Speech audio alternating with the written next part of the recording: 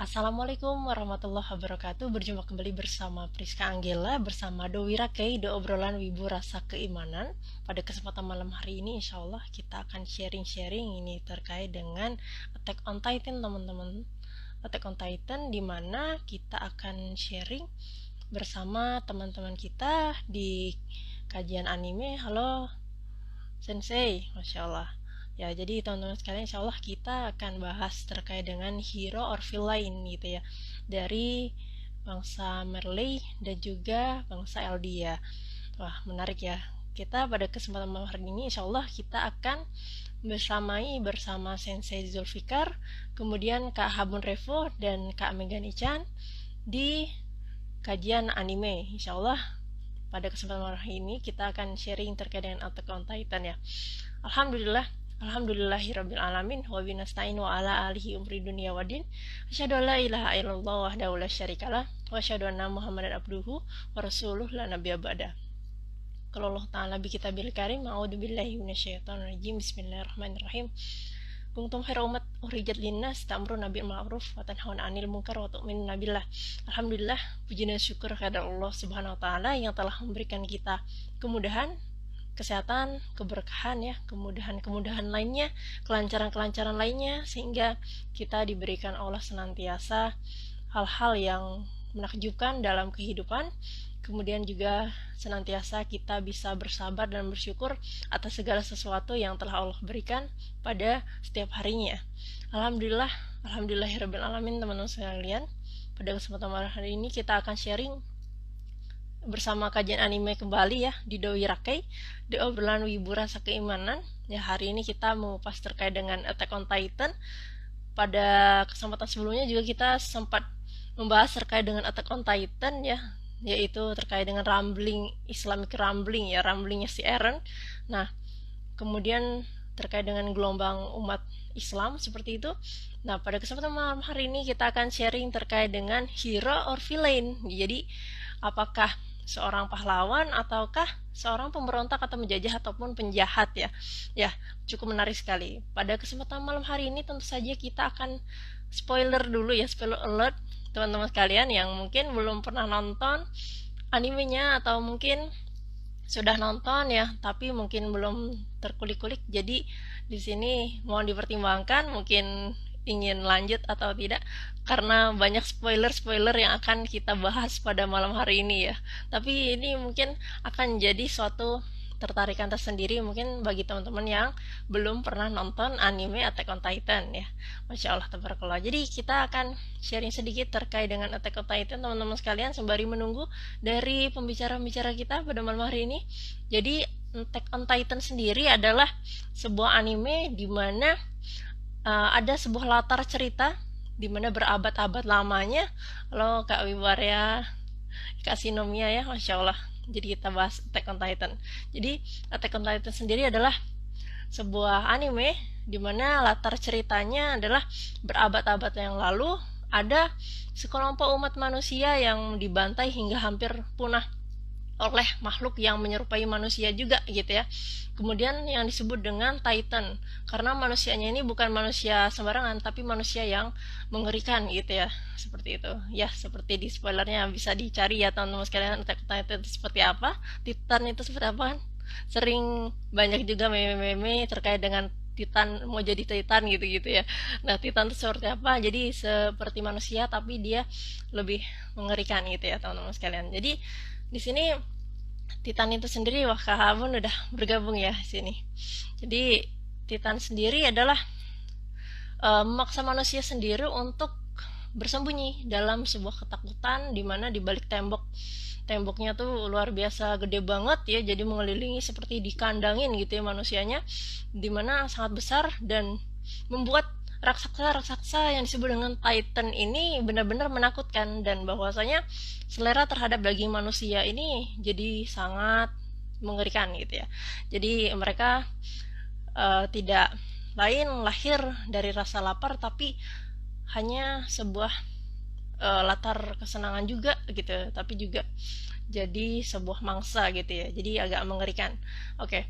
Jadi ada beberapa yang akan dibahas pada malam hari ini terkait dengan Attack on Titan sendiri gitu ya teman-teman sekalian, di mana Attack on Titan sendiri ada nama sebuah kaum, yaitu kaum Eldia dan kaum Marley. Nah, kita akan bahas kupas bersama teman-teman di sini dari kajian anime ya, dari teman-teman kreator anime, yaitu dari ada Kak Habun ya, yaitu Kak Revo, kemudian ada Kak Zulfikar ya, kemudian ada Kak Megani Chan gitu ya. Insya Allah pada kesempatan malam hari ini kita akan sharing bersama mereka, dan insya Allah kita akan kupas terkait dengan makna-makna, kemudian ibrohnya, kemudian apa-apa yang disebut dengan judul pada malam hari ini, yaitu hero or villain gitu ya. Apakah seorang hero, pahlawan, apakah seorang villain, penjahat, penjajah, pemberontak ya. Oke, insya Allah kita akan kupas ya pada malam hari ini, insya Allah. Alhamdulillah teman-teman sekalian, pada kesempatan hari ini kita tidak lupa mengucap syukur kepada Allah, dan juga bersyukur apa-apa yang Allah telah limpahkan kepada kita, termasuknya kesehatan, kemudian rezeki ya. Ya meskipun pada baru-baru ini ataupun kita mendengar desas-desus yang mungkin kalau yang sekarang ini lagi naik daun itu tentang minyak goreng ya, tentang keresahan-keresahan yang lain juga gitu kan, kemudian tentang kedelai yang naik dan lain sebagainya, itu adalah tidak lain merupakan sebuah ujian kehidupan kita gitu ya. Jadi apakah kita termasuk yang speak up, apakah kita termasuk yang diam saja menonton gitu ya dengan keadaan ya. Mudah-mudahan ya kita termasuk yang mengikuti dan juga sembari mendoakan ya, paling tidak ya itu adalah seminimal-minimalnya untuk kelangsungan dan kesejahteraan bangsa ini teman-teman sekalian. Jadi memang ya kita seperti tahu ya, banyak sekali seperti itu. Kemudian kita paling tidak senantiasa ya bersyukur ya gitu. Alhamdulillah gitu ya, kalau masih diberikan rezeki, masih bisa beli minyak gitu kan, ya disyukuri juga gitu ya. Walaupun sekarang kondisinya kemarin langka, kemudian sekarang banyak sekali melimpah ruah, namun ternyata kondisinya tidak seperti yang kita bayangkan, yaitu ternyata mahal gitu ya. Ya paling tidak kita diberikan Allah rezeki sehingga diberikan kelimpahan untuk senantiasa bersabar dalam setiap fase-fase kehidupan ya, seperti ujian-ujian yang dihadapi oleh masyarakat sekarang ya teman-teman sekalian. Kok jadi kesana ya? Ya enggak apa-apa ya, ini lagi mak-mak nih, keresahan mama, jadi paling tidak kita bahas sedikit lah gitu ya. Masya Allah, alhamdulillah teman-teman sekalian, tidak terasa insya Allah kita sudah masuki beberapa sesi, yaitu dari Doi Rakei sendiri sudah berlangsung beberapa segmen ya. Jadi udah cukup lama gitu ya berlangsung ya. Mudah-mudahan mohon doanya semoga senantiasa istiqomah dan juga senantiasa bersamai teman-teman sekalian untuk selalu menampilkan kajian-kajian anime terutama, kemudian kita cari makna dan ibrohnya ya insya Allah. Ya bismillah. Ya mudah-mudahan juga kita doakan ya, mudah-mudahan pada kesempatan malam hari ini koneksinya lancar dan juga dalam kondisi yang terbaik untuk teman-teman sekalian dimanapun teman-teman berada ya, senantiasa diberikan kesehatan, kemudahan, dan kelancaran dalam aktivitas apapun, dalam hal apapun, sehingga kita bisa senantiasa mengikuti kajian-kajian maupun kajian anime ini, kemudian kajian yang lain ya, kajian-kajian di luar sana yang banyak sekali ilmu-ilmu Allah senantiasa kita cari terkait dengan wawasan dan keilmuan, karena ilmu Allah itu luas ya teman-teman sekalian. Ya alhamdulillah pada kesempatan malam hari ini kita akan undang yang sudah bergabung dan ready. Ini ada Kak Habun ya, kita undang terlebih dahulu sembari menunggu teman-teman. Mudah-mudahan lancar ya koneksinya. Oke, bismillah.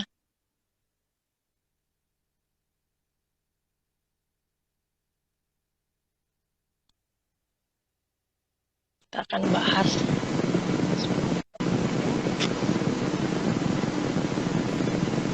Assalamualaikum warahmatullahi wabarakatuh, Kak Habun.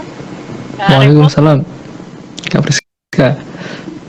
Iya, mana ini? Masih setting ya kayaknya. Ya, baterai. Wah, videonya kebalik nih. Bentar.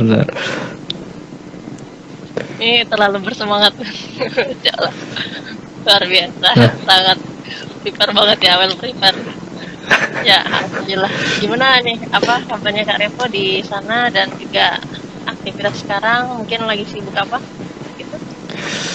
alhamdulillah baik, Mbak Priska. Nggak ada sih, sibuknya ya sibuk bantu teman. Masya ini, Allah. ini saya datang ke sini bantu Mbak Priska ini. Masya Allah. Alhamdulillah. Jazakallah khair. Masya Allah. Ya, ya mudah-mudahan Allah berikan kemudahan ya dalam setiap maksudnya dalam membantu orang Amin. dalam berkebaikan sesama ya insya Allah. Amin, Insya ya Allah. Rabbal. Ini kita bahas lagi Attack on Titan nih Kak Revo ya Masya Allah. Tentang hero or villain nih Masya Allah. Kita mungkin banyak ya yang akan kita bahas nih bersama teman-teman juga yang lain ya. Jadi ada Kak Nurul Fikar gitu ya, mari kita menantikan, dan juga ada Kak Megani Chan ya, mudah-mudahan koneksi lancar juga. Bismillah. Amin, ya Rabbal. Benar-benar. Oke, mungkin pada kesempatan pertama kita sharing-sharing tipis-tipis dulu kali ya, apa namanya terkait dengan Attack on Titan sendiri dari Kak Revo mungkin. Kita ini aja. Oh iya. Kita sapa penonton dulu gak? Oke, oh iya ya, nonton dulu nih soalnya tadi baru sebentar gitu.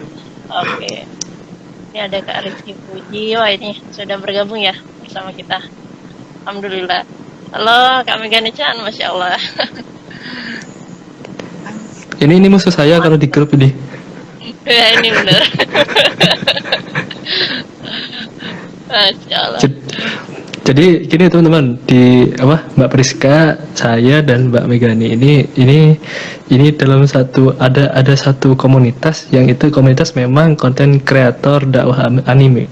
Teman-teman kalau mau gabung ya, kalau di sini ada pemirsa yang memang konten kreator dakwah anime, bisa tuh gabung bersama kami di grup ini Kak ya, konten kreator dakwah anime Kak.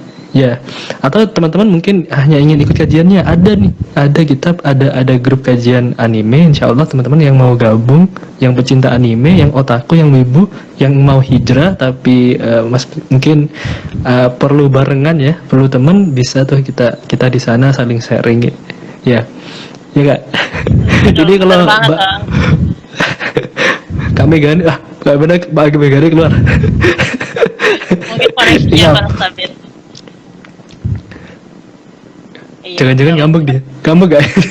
Oh enggak lah, tenang.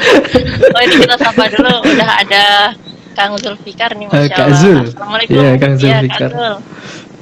Fikar, gimana Waalaikumsalam. Masya Allah. Ini Alhamdulillah. kesempatan perdana ya. Perdana diundang di Dewi Rake ya. Alhamdulillah nih, kalau khairan kasiran sudah berkenan hadir. Alhamdulillah. Ya, jadi sama. mudah-mudahan koneksinya lancar ya Kang Kaunam. Jadi bener ya kata Kak Habu tadi. Jadi kita ada sebuah wadah nih dari kreator anime, konten kreator anime di kajian anime. Jadi teman-teman yang masih bingung apakah wibu, apakah seorang ex-wibu gitu ya, apakah masih mengikuti anime dan lain sebagainya yang terkait dengan bau-bau Jepangan nih. Nah, masih bingung mencari teman-teman yang sefrekuensi yang mencari dan mengkaji Islam, kemudian juga masih juga bahas terkait dengan anime-anime juga gitu ya. Nah, insya Allah kita ada wadah, jadi teman-teman sekalian kalau belum jadi wibu gimana? Ini gimana nih Kak Revo? Kalau belum jadi wibu, apakah harus jadi wibu dulu? Jangan, kami adalah kumpulan anak-anak lebay. Waduh. Tapi teman-teman kalau mau gabung langsung bisa DM admin galeri kajian anime Mbak Mega. Ini Mbak Mega nih adminnya, silahkan langsung DM aja Mbak Mega gitu ya. Apa kabar ya, Mbak gitu, enggak apa-apa. Ya betul. Silakan di DM. Mbak Mega belum disapa tuh, Kak Priska. Iya benar. Assalamualaikum nih Kak Mega, gimana? Apa namanya kabarnya dan juga kondisi saat ini seperti apa di sana? Alhamdulillah baik Kak. Cuman ya yang namanya sinyal ya, kadang-kadang nih Iya benar. Ini kendalanya kalau sama Kak Mega nih memang sinyal ya. naik Masya Allah. turun ya. Mudah-mudahan malam hari ini lancar ya, Tapi insya Allah. semoga Iya Amin, benar. ya rabbal alamin.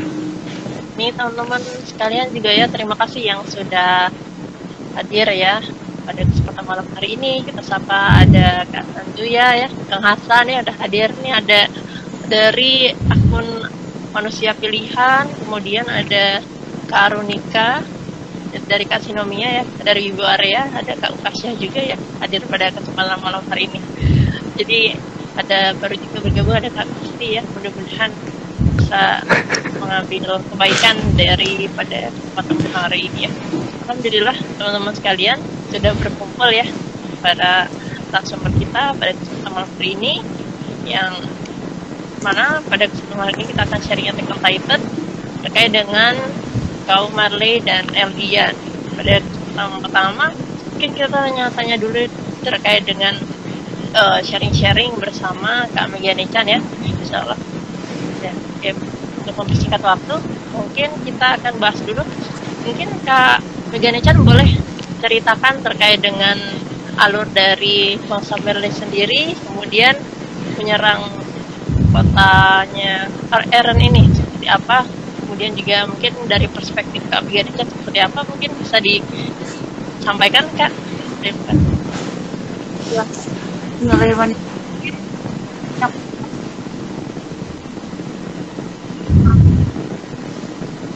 Karena buat yang pecinta anime,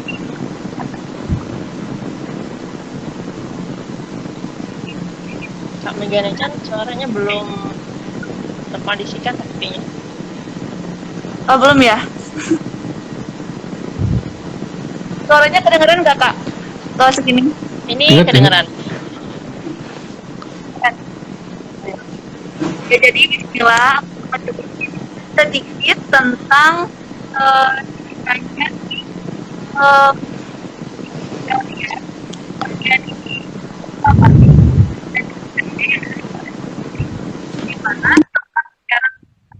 Nah, jadi sebelumnya karena kita alurnya ini apa ya namanya lebih ke pahlawan gitu.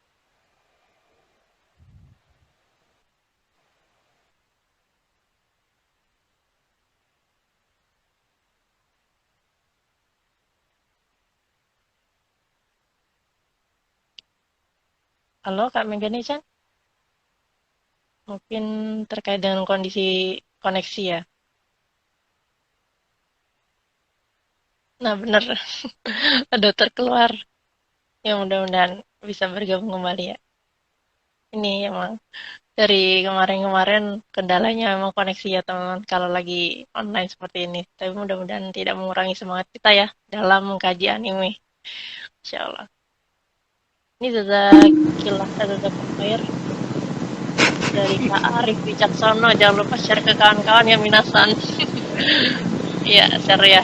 Share yang banyak.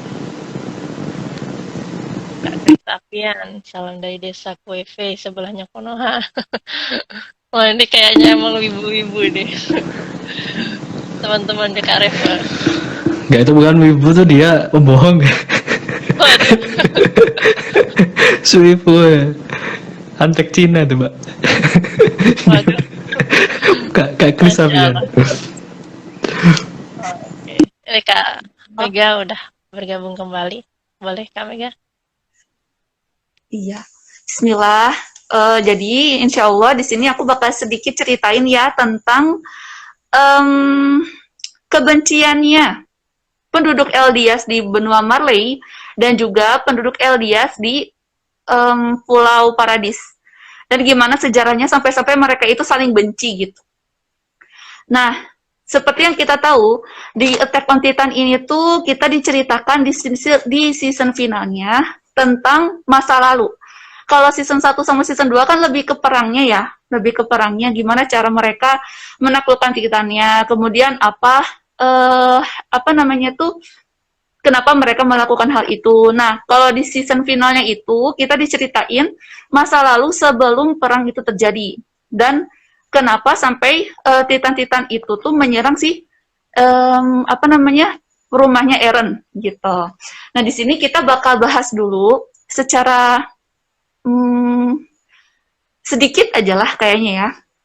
Jadi di situ tuh diceritain ada seseorang penyelidik di militer itu namanya Rainer ini merupakan salah satu penyelidik atau yang sebagai panglima perang untuk menghadapi Titannya langsung gitu. Nah si Rainer ini ternyata merupakan salah satu suku atau salah satu penduduk siapa namanya Eldias yang ternyata orang tuanya itu tinggal di Marley, ditinggalnya di Marley gitu. Nah dia tuh sangat benci banget sama penduduk Eldias yang ada di kota Paradis. Nah, alasannya apa? Kenapa sampai si Rainer ini itu benci banget sama si Eldias yang ada di kota Marley atau di benua Marley gitu. Padahal mereka tuh sama-sama satu suku, satu kebangsaan yaitu Eldias, tapi mereka tuh saling benci gitu. Nah, apa sih yang membuat penduduk Eldias di Marley itu benci sama penduduk Eldias yang ada di Pulau Paradis, yakni tempatnya si Eren tinggal. Nah, itu kita akan bahas itu. Apa yang alasan yang membuat orang-orang penduduk Eldias yang ada di Marley itu benci sama yang ada di Paradis? Itu ada dua alasan. Yang pertama, karena mereka itu nggak tahu alasan mereka membenci. Mereka nggak tahu, jadi karena mereka nggak tahu, jadi mereka mengada-ngada. Makanya mamanya Rainer itu bilang sama Rainer bahwasanya mereka itu iblis. Mereka itu wajib untuk musnah, wajib dibinasakan, wajib dimatikan, gitu. Darahnya itu halal, gitu. Kalau kata kita gitu kan. Nah makanya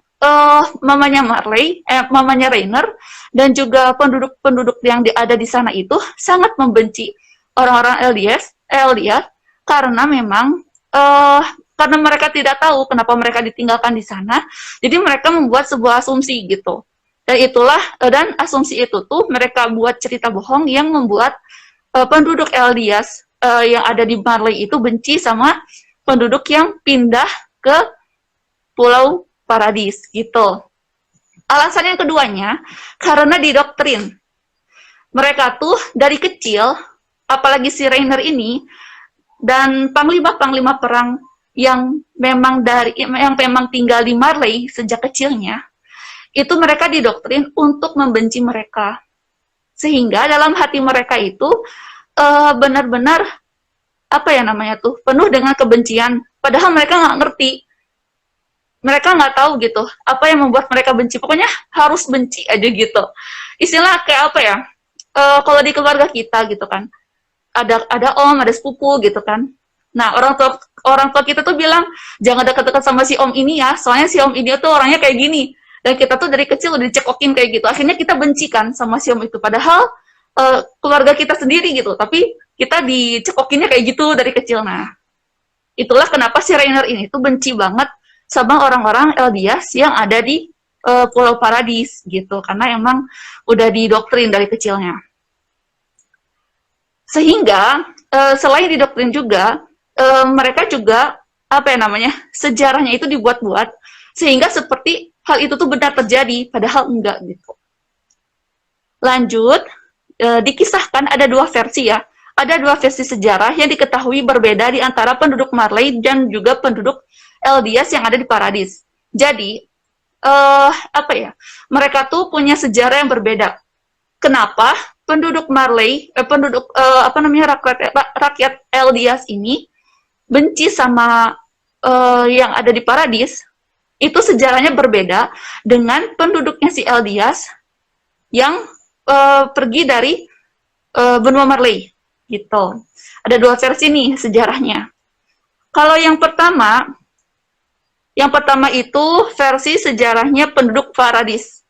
Nah, mereka mengatakan bahwasanya Eldia itu awalnya ada di benua Marley.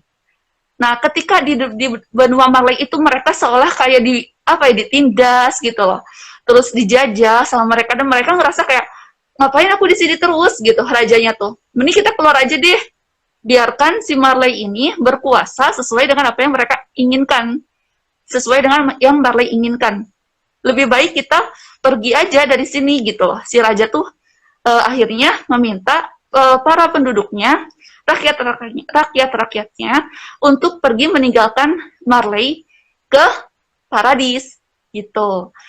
Jadi nggak mau ada di bawah di bawah kekuasaannya si Marley. Biarin Marley aja yang kayak gitu. Seperti itu. Nah, sehingga penduduk paradis itu mengatakan bahwasanya ada Eldia yang meninggalkan sebagian Eldia yang lain ke Marley. Jadi ada dua tempat yang mereka diami. Yang pertama, Eldia yang pertama itu adalah yang menetap, yaitu yang ada di benua Marley. Dan yang kedua adalah yang pindah bareng sama rajanya ke paradis gitu. Karena udah enak gitu sama si Marley ini. Nah, sehingga itu tuh tertulis dalam sejarah dan diceritakan oleh ayahnya si Grisha gitu. Tapi berbeda pendapat sama ceritanya si Danny Priest. Kata dia, yang merupakan ada anggota restorasi di Eldia pada saat itu, dia menceritakan bahwasanya raja meninggalkan penduduk Eldia dan mulai terjadi konflik. Jadi penduduk Eldia yang diem di situ, yang merupakan persatuan dari restorasi di Marley, itu mereka mengatakan bahwasanya raja yang meninggalkan mereka, bukan raja yang bukan mereka nggak ikutin apa yang raja ingin gitu. Jadi jadi mereka tuh beranggapan bahwasanya raja meninggalkan mereka di Marley, sehingga kita itu ditindas. Kita merasa tidak dianggap sama mereka, sama si raja. Kayak gitu. Nah, tapi kalau misalnya dikaji ulang lagi, kan tadi diceritain bahwasanya raja itu pindah ke paradis gara-gara emang dia tuh nggak mau berada di bawah kekuasaannya si Marley. Jadi dia pindah gitu kan ya, bersama dengan rakyat-rakyat Eldia yang lain. Nah, akan tetapi kalau orang-orang yang di Marley-nya sendiri itu nggak sesuai dengan apa yang mereka pikirkan gitu. Jadi kalau dikaji ulang, bukan raja yang meninggalkan mereka, tapi mereka yang memilih untuk tidak ikut pindah bersama raja. Jadi di situ tuh ada orang-orang yang menolak untuk pindah gitu dari benua Marley itu. Jadi dan mereka itu adalah keturunan dari raja-raja yang di bawah rajanya si raja yang Eldia itu yang pindah ke paradis. Jadi si keturunan raja ini tuh menolak untuk pindah dan pergi ke paradis. Jadi mereka berasumsi kalau kalau misalnya raja pindah ke paradis, berarti mereka itu takut. Raja takut, dia pengecut, nggak mau menghadapi si Marley gitu. Makanya orang-orang yang menetap di Marley itu mereka ingin balas dendam nanti suatu hari nanti ke raja yang udah meninggalkan mereka. Seperti itu. Nah, disinilah mulai karena mereka punya prasangka yang seperti itu, jadi mereka tuh benci gitu sama penduduk paradis. Benci sama penduduk tempat tinggalnya si Eren. Kayak gitu. Kemudian, terus kalau misalnya, apa yang terjadi kalau misalnya si rajanya itu pindah gitu ke paradis, otomatis yang megang Titan di sana, yang ada 7 itu, adalah si Marley. Nah, jadi terus memperbudak orang-orang Eldias yang ada di benua Marley itu, yang berkuasa. Nah, jadi penduduk Eldia di Marley itu, karena nggak mau dikuasain sama si Marley, jadi mereka tuh kayak, kalau kata kita kayak teroris gitu, nggak mau pokoknya walaupun kita nggak punya pemimpin, yang penting aku nggak mau dikuasain sama dia, nggak mau ada di bawah kekuasaannya dia, pokoknya kita berdiri sendiri dan Eldia harus tetap menjadi yang paling utama di tempat ini, karena benua Marley ini tuh yang punya Eldias gitu awalnya tuh kata merekanya. Nah, jadi setelah itu mereka berusaha untuk tetap menguasai wilayahnya mereka meski tanpa raja gitu. Jadi konsepnya itu si raja pergi ke Eldias di paradis gitu kan, untuk memberi kebebasan kepada Marley untuk bertindak di wilayah itu. dan menyelamatkan Eldias yang selama ini tuh ditindas sama penduduk Marley-nya gitu. Jadi si Marley itu tuh dulunya nindas Eldias. Bukan. Eldias nindas Marley. Jadi Marley itu balas dendam sama Eldias gitu. Dengan mengambil alih benua Marley dengan dia. Kemudian si 7 Titan ini tuh dimanfaatkan sama Marley gitu. Nah, terus keluarganya Raynor itu nggak tahu bahwasanya informasi yang dia dapat itu tuh sebenarnya nggak sesuai dengan apa yang diprasangka. Kalau tadi kita ingat-ingat yang tadi yang awal, si ibunya Raynor itu kan mendoktrin Raynor bahwasanya penduduk paradis itu tuh iblis yang harus dimusnahkan karena rajanya itu telah meninggalkan kita di sini. Mereka pengecut kayak gitu loh. Nah, dari situ kita dapat insight-nya bahwasanya keluarga Raynor ini tuh sebenarnya nggak tahu sejarah yang sebenarnya. Makanya selama 100 dia tuh penduduk mereka tuh Eldia itu menganggap bahwasanya penduduk Eldia yang ada di paradis itu mereka bersenang-senang, sedangkan penduduk Eldia yang ada di Marley itu di bawah kekuasaannya Marley, ditindas gitu loh. Mereka enak-enakan di paradis gitu, padahal kan enggak. Mereka tuh dihantui sama titan-titan yang dikirim sama si Marley gitu kan. Parah banget sih, kasihan banget gitu. Jadi sedih gitu ngelihatnya. Terus juga jadi kepengen nonton lagi. Jadi kepengen nonton lagi animenya gitu. Nah, terus akhirnya gimana gitu kan. Jadi si akhirnya tuh awal mula mana ya catatan aku yang tadi tuh. Jadi intinya terakhir itu Marley ini tuh kan dia udah menguasai 7 Titan yang ada di benua Marley gitu kan. Dan mereka tuh mengirimi Titan-Titan untuk menyerang di Paradis. Nah, si Marley ini tuh ternyata punya dendam tersendiri ke penduduk Eldias, ke bangsanya Eldias. Terus gimana nih caranya biar pembalasan dendam dia itu tuh terjadi. Nah, dia tuh mengambil alih sebagian yang tetap tinggal di Eldias itu, mereka membuat cerita-cerita bohong tadi untuk memanfaatkan penduduk Eldias sehingga tunduk sama aturannya si Marley dan membalas dendamnya Marley kepada Eldias dengan mengirimkan titan-titan.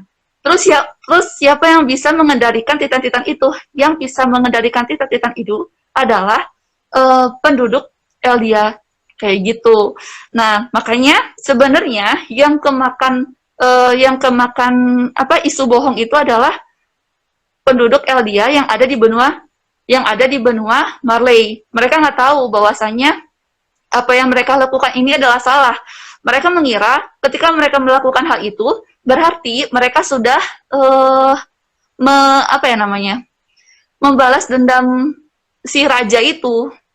Membalas dendam si raja itu karena telah meninggalkan mereka dan memberikan kebebasan kepada Eldia yang ada di benua Marley. Ternyata mereka hanya dimanfaatkan untuk kepentingannya si Marley sendiri kayak gitu Kak. Itulah kenapa di awal-awal cerita season pertama itu banyak titan kan. Nah, titan-titan itu adalah yang yang dikendalikan oleh penduduk Eldia yang ada di yang ada di benua Marley. Seperti itu. Kurang lebihnya nanti kalau misalnya ada yang salah-salah nanti tolong dikasih tahu. Itu aja Kak, makasih. Masya Allah, tabarakallah. Itu tadi terkait dengan bangsa Marley dan kotanya Eren ya, Eldia gitu ya, Masya Allah, di kota Paradise. Ya, jadi teman-teman sekalian, insya Allah kita bahas kembali bersama ini ya Kak Revo. Terlebih dahulu kita bahas scan per scan-nya ya, terkait dengan penyerangan nih, terkait dengan penyerangan. Boleh deh Kak Revo untuk membahasnya.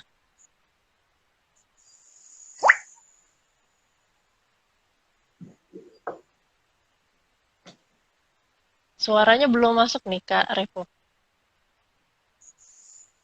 Afwan. Mikrofonnya mati. Okay. Ini Ana baru pertama kali nih live sama Kak Megane. Ini teman-teman rival saya nih di grup nih. Ternyata luar biasa ya, bisa menceritakan detail gitu ya. Nah, asal-masal kebencian yang sudah disampaikan oleh Mbak Megani itu luar biasa. Cuman kalau saya kan tipenya memahami fakta politis ya. Saya lebih ke sisi politik karena kalau kita bahas Attack of Titan itu memang tidak bisa lepas dari kegiatan politik dan tidak bisa lepas dari fakta-fakta politik. Artinya kebencian itu memang ada. Beribu-ribu tahun, beratus-ratus tahun itu memang kebencian Marley terhadap LDA itu sudah menumpuk. Cuman kebencian itu tidak pernah dilakukan secara aksi selama ratusan tahun karena memang ada ancaman dari Raja Fritz, Raja Dinding itu untuk bahwa kalau Marley menyerang kembali maka Raja Fritz tidak akan segan-segan untuk membangkitkan Titan Dinding.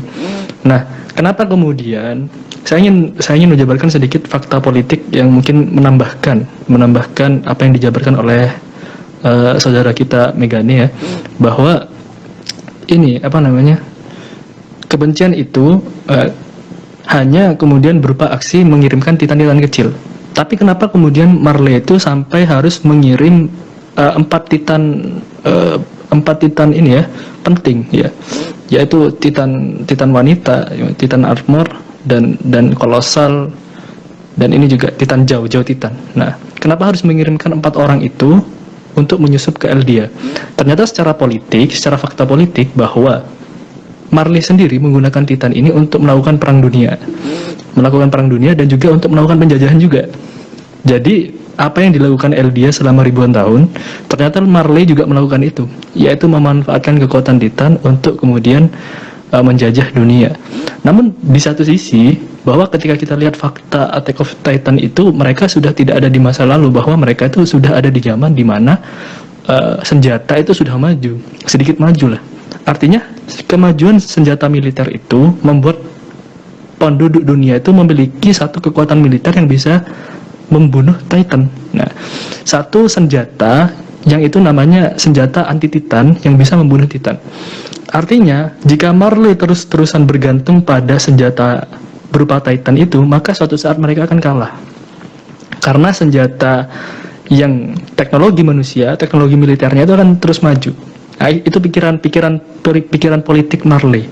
Kalau mereka hanya tetap menggunakan bergantung pada kekuatan Titan yang saat ini ada, 7 Titan itu, maka mereka suatu masa mungkin akan ada masanya mereka kalah gitu. Karena teknologi militer akan terus maju. Itu fakta politik yang tidak bisa kita pungkiri di Attack on Titan itu.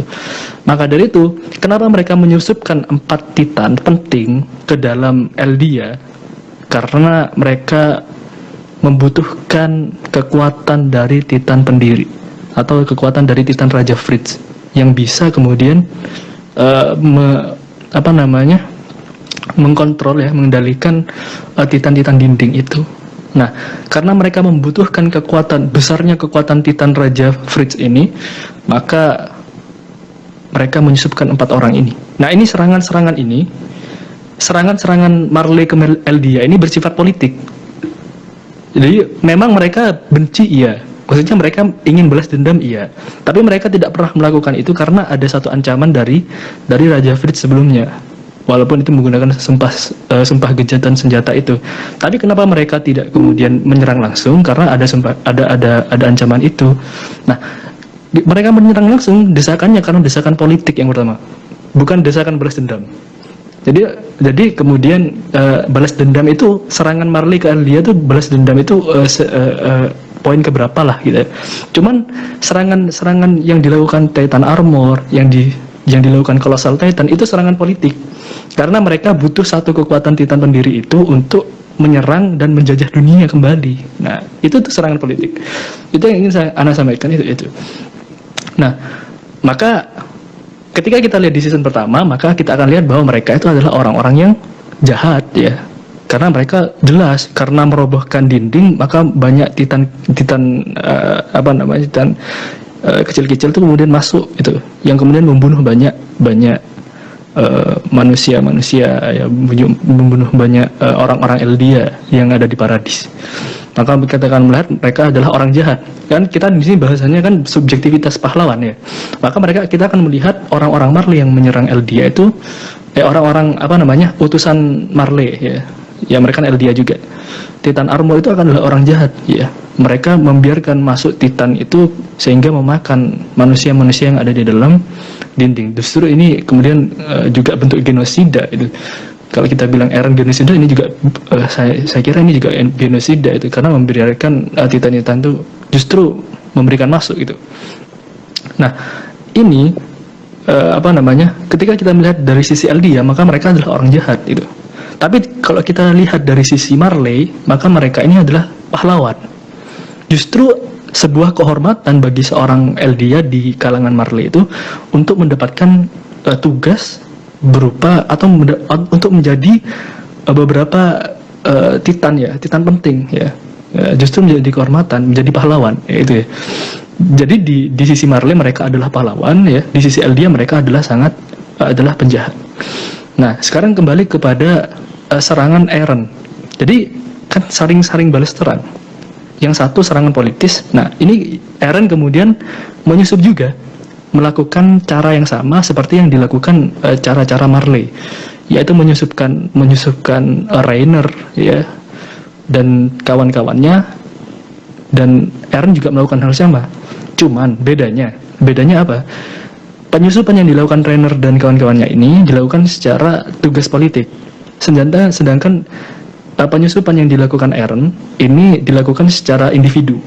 Artinya dia tidak musyawarah dengan temannya, dia tidak ada tugas untuk menyerang ya. Dia inisiatif sendiri untuk kemudian ke sana. Maka akan kita lihat munculnya Eren adalah ketika terjadi festival itu ya, keluarga Tibur itu ketika dia mentas kan banyak keluarga penting Marley dan banyak petinggi Marley yang hadir. Disitulah Eren kemudian berubah menjadi Titan di kalangan Marley, berubah menjadi Titan dan membunuh banyak petinggi Marley. Maka akan kita lihat di sini bahwa serangan Eren ini poin pertamanya bukan serangan politik, tapi poin pertamanya adalah serangan balas dendam yang dilakukan kemudian Marley kepada dia lakukan kembali dengan cara membunuh orang-orang Marley. Dan tanda kutip Eren ternyata disinilah yang membuat teman-temannya juga berpikir Eren juga membunuh anak-anak kecil, juga membunuh perempuan, membunuh bukan hanya petingginya tapi juga bayi, anak kecil dan sebagainya. Ini yang membuat kawan-kawan Eren juga sedikit ragu. Nah nanti sehingga nanti akan menjadi dua kubu antara Yegeris dengan bukan Yegeris itu, antara mereka yang kemudian membela Eren itu berjuang di belakang Eren, dan juga mereka yang akan ingin menghentikan Eren dari perbuatan genosida. Itu nanti menjadi dua kubu. Jadi serangan Eren pertama ini selain ya memang serangannya serangan politik karena serangan itu untuk kemudian menghentikan serangan Marley kepada Eldia, tapi yang paling utama yang ingin Eren lakukan di sini adalah serangan balas dendam seperti yang dilakukan Reiner kepada dia yang membuat ibunya meninggal. Makanya sebelum kemudian Eren itu membunuh seluruh dan banyak Marleyan di sana, dia bertemu Reiner dulu untuk melakukan hal yang sama dengan dia. Nah, disitulah maka di sini ini akan melihat bahwa Eren itu adalah villain ya, adalah kemudian monster ya, adalah kemudian dia yang membunuh anak-anak kecil dan sebagainya. Tapi di pihak Yegeris Eren ini justru pahlawan. Kenapa? Karena melihat bahwa ini adalah serangan balik ya, yang dilakukan Marley terhadap mereka itu. Mereka mungkin Marleyan melihat ini iblis paradis ini. Tapi yang dilihat oleh Yegeris dan orang-orang Eldia yang di paradis ini adalah serangan balas dendam seperti apa yang mereka lakukan pada kita. Nah, yang kita bahas di sini kan hero or villain ya. Marley ini hero atau Eldia ini yang hero? Atau kemudian Marley ini villain, atau kemudian Eldia ini yang villain? Ini akan kita lihat bahwa ternyata ada subjektivitas di sana. Ternyata ada latar belakang yang membuat dia hero sekaligus villain, ada latar belakang yang membuat dia hero juga disebut dengan villain, tergantung pada orang yang menyebutnya. Nah, ini yang kita bahas sekarang. Dan fenomena kaum muslimin yang terjadi di sekeliling kita, ini juga terjadi hal yang sama. Ternyata tuduhan terhadap kaum muslimin itu juga terjadi karena latar belakang. Siapa yang kemudian menyebut menyebut seseorang A, ya, dan apa latar belakangnya, dan ternyata bagaimana faktanya. Nah, ini yang kita akan bahas, dan insya Allah akan dibahas oleh Kang Zul. Kak Fadil, Kak Priska, saya kembalikan kembali. Nah, itu teman-teman. Tadi kita mendapatkan perspektif yang menarik ya terkait dengan Titan, terutama terkait dengan LDI dan LDIA terutama, dan latar belakang politis yang terjadi memang bukan hanya sekedar penyerangan belaka gitu ya teman-teman sekalian. Oke, pada kesempatan selanjutnya kita persilakan terlebih dahulu oleh Kak Zulfikar untuk membahas terkait dengan konsep-konsep terkait dengan lawan sendiri, villain, hero ya, seperti itu. Kemudian juga mungkin koalisi terhadap penyerangan seperti itu. Kepada Kak Zulfikar, boleh sharing-sharing sama kita semua di sini? Ya, tes terdengar suara saya? Ya, cukup. Halo? jelas. Alhamdulillah, jelas. Jelas. Alhamdulillah. Ya, bismillahirrahmanirrahim. Sebelumnya terima kasih kepada kawan-kawan kajian anime ya, sudah bisa mengundang saya. Walaupun saya bukan wibu sebetulnya ya. Tapi nama Instagramnya itu Kochimaki gitu ya. Itu cuman bisa-bisanya aja gitu kan. Itu kepanjangan dari komunitas cinta Islam masa kini gitu ya. Sehingga mungkin agak relate ya dengan teman-teman wibu ya. Saya pun kalau anime juga paling banter Conan lah yang suka nonton ya. Soalnya saya nggak ngikutin sebetulnya gitu ya. Cuman saya coba membahas dari perspektif saya saja gitu kan. Nah, tadi dibahas terkait ada motif-motif politik gitu ya. Saya membahas tentang apa namanya itu klimaksnya gitu ya. Oke. Mencoba tadi juga sebetulnya sempat spoiler gitu kan. Apa sih Attack on Titan itu? Film apa sih ini gitu ya? Oh ya, ternyata memang apa ya, film bergenre ini ya, apa namanya, kekuasaan gitu ya. Ini kalau saya nonton itu seperti film Brick Mansion ya, kalau teman-teman tahu mungkin ya, atau ya ceritanya orang jahat dibilang baik, orang baik dibilang jahat, kan sederhananya kan begitu ya. Sederhananya begitu. Nah, itu pun tadi kalau dibahas oleh Mas Revo Zulfikar ya, ini namanya sama Zulfikar ya. Karena saya suka Anda membuka kedok ya. Saya kadang suka membahas begini. Nama Zulfikar itu menarik betulnya ya, karena Zulfikar itu artinya adalah pedang Rasulullah SAW kan gitu aja, yang mana atasnya itu tajam, bawahnya juga tajam kan begitu. Nah, artinya semoga nama Zulfikar ini menjadi apa namanya, penolong Islam terpercaya gitu kan. Amin. Intermezzo ya. Oke, kita lanjut ya. Ya memang dari cerita ini yang saya tangkap gitu ya, yang saya coba telaah ya, tidak lain dan tidak bukan adalah ada motif politik di situ ya. Ya kenapa kita berbicara politik? Ini kok kajian anime wibu bahas politik ini sok-sokan. Gak gitu ya, cuman maksudnya kita ini mau gak mau pasti berpolitik loh gitu ya. Definisi politik itu kan riayah gitu kan. Riayah itu adalah mengurus gitu ya. Kalau kita nggak diurus, ya gimana mau bisa hidup, istilahnya kan begitu ya. Sehingga kalau ada orang yang mengatakan, wah nggak usah lah ngomong-ngomong politik gitu ya, loh, Anda ini secara tidak langsung akan berpolitik gitu ya, minimal mengurus keluarga gitu. Itu sama dengan riayah gitu kan, meriayah ya. Nah sehingga yang saya tangkap di sini adalah ya kebencian ya ini motif politik lah istilahnya ya. Kalau kita angkat ke dalam kaum muslimin saat ini gitu ya, kita lihat bagaimana warga Palestina gitu ya, bagaimana kemudian warga Palestina itu apa namanya dibenci habis-habisan oleh orang-orang Israel kan gitu ya. Yang saya pelajari dari guru-guru saya adalah apa namanya, kebencian warga Israel kepada Palestina itu sudah mendarah daging kan gitu ya. Sehingga waktu ada virus COVID itu ya mereka sengaja bersin di wilayah Palestina gitu ya, sengaja batuk-batuk supaya apa? Warga Palestina kena COVID gitu loh ya. Ini sudah saking bencinya gitu kan orang Israel itu ke Palestina kan gitu ya. Apa namanya, dalam Quran pun kan dikatakan gitu kan, kebencian mereka terhadap kaum muslimin itu bahkan lebih dalam lagi, sudurhum akbar gitu kan, lebih dalam lagi gitu ya. Nah ini juga kita kaitkan gitu kan dengan, kalau saya mencoba membahas dengan kisah Nabi Shallallahu Alaihi Wasallam, kisah ada seorang orang namanya itu Al-Walid ibnul Mughirah ya. Al-Walid ibnul Mughirah ini dulu itu orang-orang Quraisy itu kepada Nabi Muhammad, kepada Muhammad gitu kan, itu sangat hormat. Karena apa? Karena akhlaknya beliau gitu ya.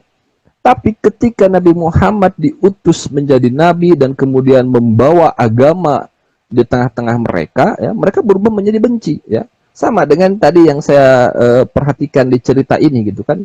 Gak ada dasar apapun untuk membenci. Pokoknya kata nenek moyang saya harus benci, ya benci gitu. Istilahnya itu namanya, kenapa disebut jahiliyah gitu kan, bukan kafir tapi jahlun, bodoh. Karena apa? Mereka tidak mau menerima kebenaran gitu kan, mereka tidak mau menerima ya kebenaran gitu kan, padahal sudah nyata kebenaran itu di hadapan mereka. Contohnya begini, ketika Al-Walid ibnul Mughirah ya apa namanya, ingin membuktikan bahwa Quran yang dibawa oleh Nabi Muhammad itu adalah syihrun mubin gitu kan, sihir gitu kan. Nabi Muhammad ini ketika menyampaikan Quran itu komat kamit, maka disangka dukun gitu ya. Maka diabadikan dalam surat Al-Mudaththir ayat 11 gitu kan. Dzarni wa man khalaqtu wahida. Biarlah aku bertindak terhadap orang yang aku telah menciptakannya sendirian gitu kan. Nah, ceritanya Al-Walid ibn Mughirah ini mencoba mencari-cari kesalahan dalam Al-Qur'an, istilahnya kan begitu ya.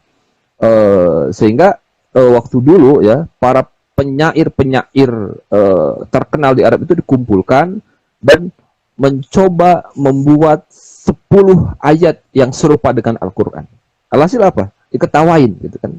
Karena ada yang menciptakan apa namanya, membuat syair kodok itu matanya 2 ya gitu kan, tangannya 2, kakinya 2 ya, diketawain gitu kan. Karena apa? Tidak ada yang bisa menandingi kebesaran Al-Qur'an kan gitu ya. Sehingga pada akhirnya ya Al-Walid itu mengatakan Al-Qur'anu ya'nu wa la yu'la alaihi. Al-Qur'an itu tinggi dan tidak ada yang dapat menandinginya kan begitu. Nah, sehingga apa namanya, kebencian orang-orang apa namanya yang membenci Islam, istilahnya itu ya, itu sebetulnya sudurum akbar, sangat besar gitu kan kepada orang-orang Islam ini gitu ya. Ya kalau kita melihat cerita ini, cerita Attack on Titan ini kan tadi diceritakan oleh Mbak Megane Chan itu kan, mereka itu membenci, tapi mereka nggak tahu alasan membenci gitu ya. Nah inilah yang disebut jahiliyah gitu kan. Mereka itu membenci tapi mereka nggak tahu alasannya membenci. Pokoknya kata nenek moyang saya agamanya begini, harus begini gitu ya. Padahal sudah nyata kebenaran mukjizat yang datang dari Nabi Muhammad SAW gitu ya. Nah dari situ turunannya ya muncullah ya. Jadi kan kalau kita kenal gitu kan, di dunia ini ada penyeru kebaikan, ada penyeru keburukan ya. Fitrahnya Islam itu tidak akan menerima kezaliman gitu ya. Karena zalim itu kan menempatkan sesuatu bukan pada tempatnya ya. Inna syirka la dzulmun azim gitu kan. Sejatinya fitrahnya kaum muslimin tidak akan membiarkan kezaliman gitu kan. Para pahlawan kita ya, founding father kita itu ya luar biasa melawan penjajahan itu kan. Itu dari mana? Dari para ulama kan gitu ya. Karena tidak mau adanya kezaliman bertebaran di Indonesia gitu kan, di Nusantara gitu ya. Nah, sehingga ulama-ulama ya dulu itu termasuk Hadratus Syekh Hashim Asy'ari ya, yang kemudian memfatwakan membuat resolusi jihad ketika itu, ditangkap oleh Belanda oleh Nihon ya, oleh tentara Nippon gitu kan, disiksa dan sebagainya gitu ya. Nah, karena apa namanya, Islam itu tidak membiarkan kezaliman gitu kan, tidak akan membiarkan kezaliman mau dimanapun, mau dari zaman Nabi Muhammad sampai sekarang gitu kan, itu ajarannya itu terabadikan ya. Oh, apa namanya, harga matilah ya untuk menolak kezaliman gitu kan. Nah, sehingga turunannya ya sekarang ini gitu ya. Apa namanya, karena kalau kita ingin membicarakan apa namanya, sesuatu, kita luruskan dulu ada definisinya. Definisi zalim itu apa sih? Zalim itu kan menempatkan sesuatu bukan pada tempatnya ya. Misalkan kenapa apa namanya orang penyakit itu disebut zalim ya? Karena apa? Dia tidak menempatkan apa namanya tangannya sebagai fitrahnya gitu kan, untuk apa namanya menggunakan tangannya sebagaimana normalnya gitu. Malah digunakan untuk mukul, itu kan zalim ya gitu ya. Nah, begitupun sekarang gitu kan. Zalim itu adalah menempatkan sesuatu bukan pada tempatnya gitu ya. Yaitu zalim kepada apa namanya para ulama gitu kan, para ustadz. Kenapa? Mereka menempatkan ustadz bukan pada tempatnya, yaitu dicap sebagai tuduhan-tuduhan yang menyakitkan gitu kan, disebutlah radikal, disebutlah kemudian ekstremis, disebutlah teroris gitu kan. Nah, perjalanan apa namanya kebencian ini bukan tanpa sejarah, ada sejarahnya gitu kan. Dulu ketika tahun-tahun musim-musim teroris gitu kan, belum ada tuh kan istilah radikal, baru ada istilah teroris gitu kan. Oh, teroris udah nggak laku, dipakailah isu radikal. Oh, radikal udah nggak laku, mau dipakai isu apa lagi gitu ya. Nah, sehingga apa namanya kebencian orang-orang yang kemudian membenci Islam itu suduruhum akbar, itu sangat besar gitu kan, sangat besar dan tidak terbendung gitu kan. Ya apa namanya ya, kalau saya lihat ya fenomena sekarang gitu ya. Saya berapa menit lagi kira-kira? 2 menit lagi kayaknya ya. Silakan Kang, Udah habis. Kita Lanjut deh Kang. Lanjut aja Kang. 2 menit lagi. Lanjut aja Kang. Ini kalau IG, Lanjut aja Kang. oke. Kita Kalau ngobrol-ngobrol di IG saya sini. agak was-was karena sejam gitu. Banyak Oke. waktunya, Kang. Oh, masih banyak. Oke. Baik. Sampai sampai subuh, sampai Ini subuh. sekarang nih saya jangan. Menarik nih ya. Saya lihat fenomena sekarang nih ya. Kalau teman apa, kita kan mengikuti ya berita sekarang gitu ya. Crazy Rich gitu kan. Crazy Rich ya. Ini Doni Salman yang disebut Robin Hood Bandung, coba gimana? Gimana cara mikirnya gitu loh. Doni Salman yang disebut Robin Hood Bandung gitu kan. Ini kemunduran berpikir umat saat ini gitu ya. Sebagai seorang Islam gitu kan, seorang Muslim itu kaidahnya apa? Al-hukmu 'alal waqi'i min wijhatin nadhril Islam, kan menghukumi fakta dari sudut pandang Islam, bukan sudut pandang kebebasan gitu kan. Wah, pentang-mentang gitu kan, Doni Salmanan suka sedekah ya, suka ini gitu kan. Langsung dicap Robin Hood Bandung gitu kan. Padahal apa? Innamal khamru wal maisir wal ansab rijsun min amali syaitan, kan? Yang namanya khamr, berjudi, itu adalah rijsun min amali syaitan. Kan selesai kalau semua orang berpemahaman Islam itu selesai gitu kan. Masalah itu akan selesai. Karena sekarang ini orang jauh dari Islam, dari pemahaman Islam, sehingga sekarang banyak gambling gitu ya.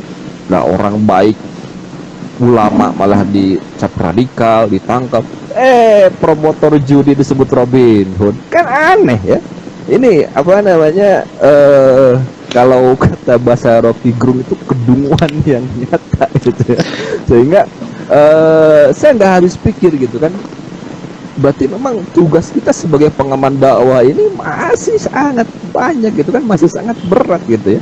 Karena apa? Memahamkan umat akan sudut pandangnya ya, menilai tentang kehidupan gitu kan. Sederhana bagi saya itu ya, ketika melihat suatu fakta itu hukumi dengan sudut pandang Islam, bukan sudut pandang naluri ya. Mentang-mentang kan Doni Salman itu suka sedekah, suka fakir miskin, Nah, kalau dari judi ya gimana mau kita benarkan gitu kan? Sementara dalam Quran sudah dikatakan innamal khamru wal maisir wal ansab rijsu min amali syaitan kan gitu. Itu fenomena fenomena yang ada di netizen gitu ya, fenomena yang ada di netizen. Nah, kembali ke pembahasan tadi bahwa doktrin membenci kepada Islam itu, kaum muslim itu suduruhum akbar, itu sudah dijelaskan dalam Quran gitu ya. Sehingga kalau kata ustadz saya, kalau kata guru saya gitu kan, hukum asal kita kepada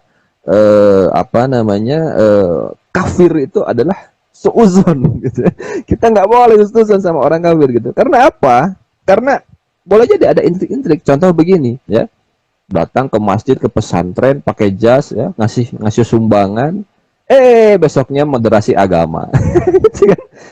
Besoknya muludan di gereja, kan aneh ya. Makanya itu kata guru saya begitu gitu kan, hukum asal kita ke orang itu adalah seuzon gitu kan. Artinya apa? Kita kalau ada tiba-tiba pakai peci gitu kan, terus kemudian datang ke pesantren gitu kan, kafir gitu kan, ini hati-hati ini ada apa nih gitu ya. Nah, karena banyak sekarang kan ya begitulah, nggak perlu kita ceritakan di sini ya, semua saya pikir sudah paham gitu ya. Nah, jadi klimaksnya dari cerita ini dikaitkan dengan Islam itu begitu sih, teman-teman ya. Sehingga netizen yang budiman gitu, netizen dan netizah ketika melihat satu fakta itu, hukumi dari sudut pandang Islam. Kalau Anda Islam kan gitu ya, jangan hukumi dari sudut pandang naluri, sudut pandang kebebasan gitu kan. Semua ada kaidahnya gitu ya dalam Islam itu kan. Sehingga ya tadilah gitu kan, salah satunya ketika kita akan membahas sesuatu itu, selesaikan dulu definisinya kan gitu ya. Tadi zolim gitu kan. Zolim itu definisinya apa? Menempatkan sesuatu bukan pada tempatnya kan gitu ya. Artinya menempatkan ulama bukan pada tempatnya, ya ulama dicap zolim, ya ulama dicap kriminal, ekstremis dan sebagainya. Itu adalah narasi-narasi yang keluar dari mulut mereka karena apa? Mereka kalah ide. Mereka kalah pemikiran. So, adu pemikiran Islam dengan pemikiran non-Islam kan gitu ya. Mereka kalah ide, udah langsung pakai jurus digebuk gitu kan. Jurus kriminalisasi dan lain sebagainya kan gitu ya. Sehingga dari anime ini ya, buat para wibu-wibu di luar sana gitu kan. Ini ada ibrohnya nih untuk kita orang Islam gitu ya. Apa ibrohnya adalah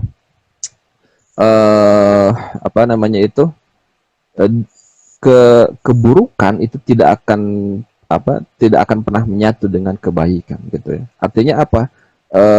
Ada orang-orang yang kemudian membenci, ada orang-orang yang kemudian memperjuangkan kezaliman, ada orang-orang yang memperjuangkan kebaikan gitu kan. Ada orang-orang yang memperjuangkan kebaikan gitu kan, menuju kepada Allah gitu ya. Itu hukum alamnya sudah pasti gitu kan.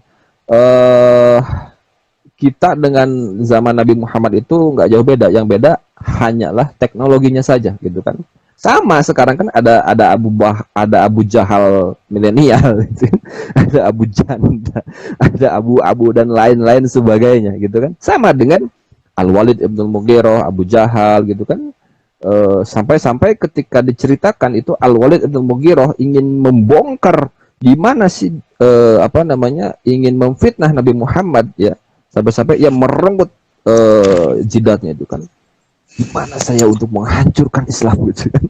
Saking seriusnya mereka untuk menghancurkan Nabi Muhammad SAW. Jadi ibrohnya adalah orang-orang kafir itu tidak akan tidur, tidak akan diam sampai kita kaum Islam itu, kaum muslim itu mengikuti milah mereka, mengikuti jalan mereka. Nah, itu sih menurut saya ya. Mungkin nggak tahu relate, nggak tahu nggak. Yang penting saya ngomong aja lah gitu. Kalau ala bisawab. Insyaallah, tabarakallah.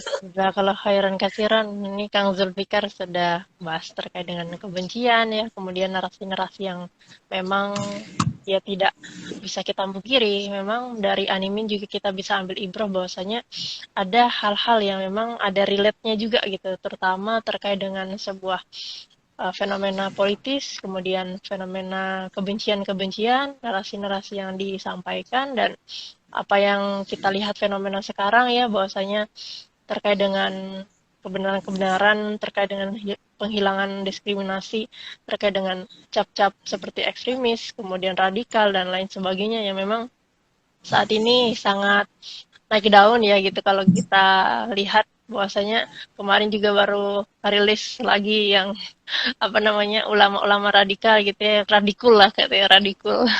Masya Allah, tabarakallah. Mudah-mudahan senantiasa Allah jaga dan kita doakan bersama-sama ya teman-teman sekalian kepada ulama-ulama dan asatidah kita, Masya Allah.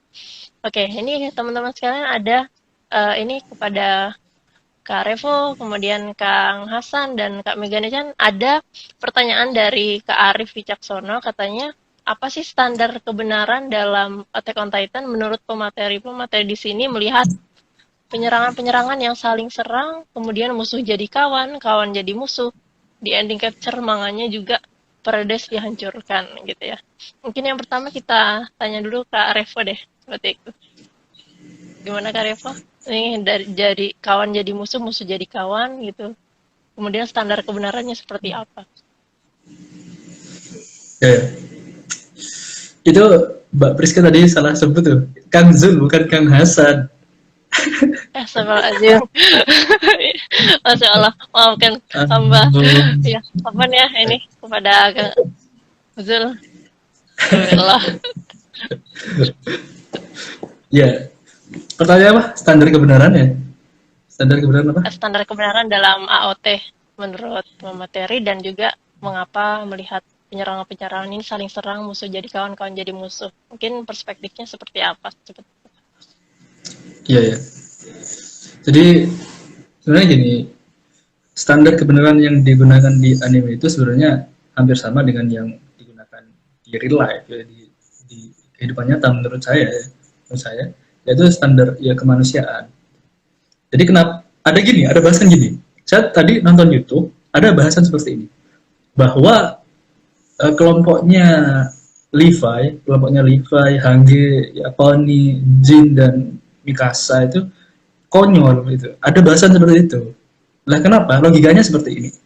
Logikanya kalau Anda pilih untuk membunuh satu orang dengan 4 orang, di mana satu orang ini adalah orang yang paling Anda cintai, dan 4 orang ini adalah orang yang asing yang justru memusuhi Anda, maka Anda akan pilih yang mana? Walaupun dua-duanya mungkin akan salah karena saling membunuh, tapi Anda disuruh pilih yang mana? Ada bahasan seperti ini, di mana logika ini dipakai fans AOT, Attack on Titan. Maka justru Anda pasti akan memilih satu orang yang Anda cintai daripada 4 orang yang memusuhi Anda. Gitu. Ngapain kita mempertahankan 4 orang, tapi itu memusuhi kita? Lebih baik kita bertahan pada satu orang yang mencintai kita. 4 orang dibunuh aja. Gitu. Walaupun dua-duanya saling bunuh, itu termasuk kesalahan. Nah, yang dilakukan Eren di sini adalah mempertahankan keluarganya. Dia itu membela kampung halamannya, membela Paradis dengan mengorbankan seluruh manusia di dunia. Nah, kenapa? Karena mau tidak mau, entah itu damai atau tidak, Pulau Paradis itu akan selamanya dibenci. Dan akan selamanya disebut iblis. Oleh karena itu, hanya 2 pilihan yang Eren punya. Apa itu? Berjuang untuk Paradis, atau kemudian bertahan, mempertahankan diri dan terus diserang, akan terus diserang. Pasti akan diserang, Paradis akan terus diserang. Ya, pilihan Eren adalah membumi hanguskan semua. Gitu. Nah, Oni, Jin, dan Mikasa, Hange, dan Levi itu kenapa kok kemudian bisa saling bersatu dengan Marley yang notabene mereka tuh Marley walaupun mereka Eldia ya, Rainer gitu kan ya, dan kawan-kawannya itu walaupun mereka Eldia, dia kan tentara Marley. Kenapa bisa bersatu? Karena tim Levi ini justru memilih kemanusiaan. Maksudnya apa? karena manusia di luar sana itu tidak ikut campur dalam kematian-kematian sahabat-sahabat kemudian keluarga mereka di paradis. Di luar sana mungkin masih ada anak kecil yang nggak tahu apa-apa, bayi yang baru lahir gitu kan ya, orang-orang yang tidak tahu menahu tentang apa yang terjadi di Pulau Paradis itu kan masih banyak. Jadi standar kebenaran mereka itu adalah kemanusiaan itu tadi. Kemanusiaan itu tadi yang ini kalau ditanya tentang standar kemanusiaan, ya, standar kebenaran mereka, bahwa mereka pakai adalah standar kemanusiaan. Itu yang kemudian justru menyatukan orang yang saling benci. Dalam tanda kutip, ada satu standar yang ingin saya sampaikan apa? Ada fakta di mana satu standar ini menyatukan orang-orang yang saling membenci. Contoh, itu kan ya. Ada Marley yang membunuh banyak orang Eldia, ada orang Eldia yang membunuh banyak orang Marley, tapi mereka itu saling bersatu dengan satu standar. Itu kan yang dimaksud dengan satu standar. Dan ternyata kenyataan ini, fakta ini seharusnya bisa kita lakukan di tengah kaum muslimin. Bagaimana maksudnya? Kita itu punya standar yang lebih tinggi daripada kemanusiaan. Standar kita apa? Standar kita adalah Islam, ukhuwah Islam. Harusnya kita yang saling benci itu, ini kan ada sekarang gini. Kita memahami fakta bahwa kelompok-kelompok kaum muslimin saling membenci. Yang satu bilang ahlul bid'ah gitu kan ya. Yang satu bilang bukan ahlus sunnah gitu. Yang satu bilang tidak masuk surga gitu kan. Susah gitu. Nah, kalau mereka saja yang di anime itu ya, kalau kita lihat ini para pecinta anime harusnya bisa ngambil pelajaran nih. Kalau mereka saja yang notabene standarnya itu lebih lemah daripada Islam, bisa bersatu. Nah, kenapa kemudian kaum muslimin sekarang nggak bisa bersatu seperti mereka? Ya, harusnya kita saling bersatu tuh dengan satu standar yang kuat. Apa itu? Ikatan Islam. Islam itu lebih tinggi dari pemikiran apapun yang ada di manusia. Itu ikatan Islam itu ikatan yang kemudian yang diajarkan oleh Rasulullah yang sangat kuat. Itu ikatan mabda, itu ikatan ideologi Islam. Nah, justru harusnya kaum muslimin bersatu pada satu standar itu, bukan justru mementingkan kebencian. Contoh misalnya kalau tim Levi yang Eldia di Paradis dan tim Rainer yang notabene Marley itu lebih mencondongkan kebencian, justru mereka akan hangus, akan mati dalam melawan Eren yang notabene membawa Titan dinding. Tapi kemudian mereka justru bersatu dalam satu standar. Dan kita, kalau kemudian kita kaum muslimin, kalau terus menerus mementingkan perbedaan, tidak mau duduk satu sama lain gitu ya. Aku nggak mau duduk sama kamu ahlul bid'ah gitu. Aku nggak mau kumpul sama kamu bukan ahlul sunnah, kamu akidahnya bukan sunni gitu. Aduh. Kalau seperti itu, kapan kita akan bersatu? Kapan kita bisa mengalahkan raksasa itu?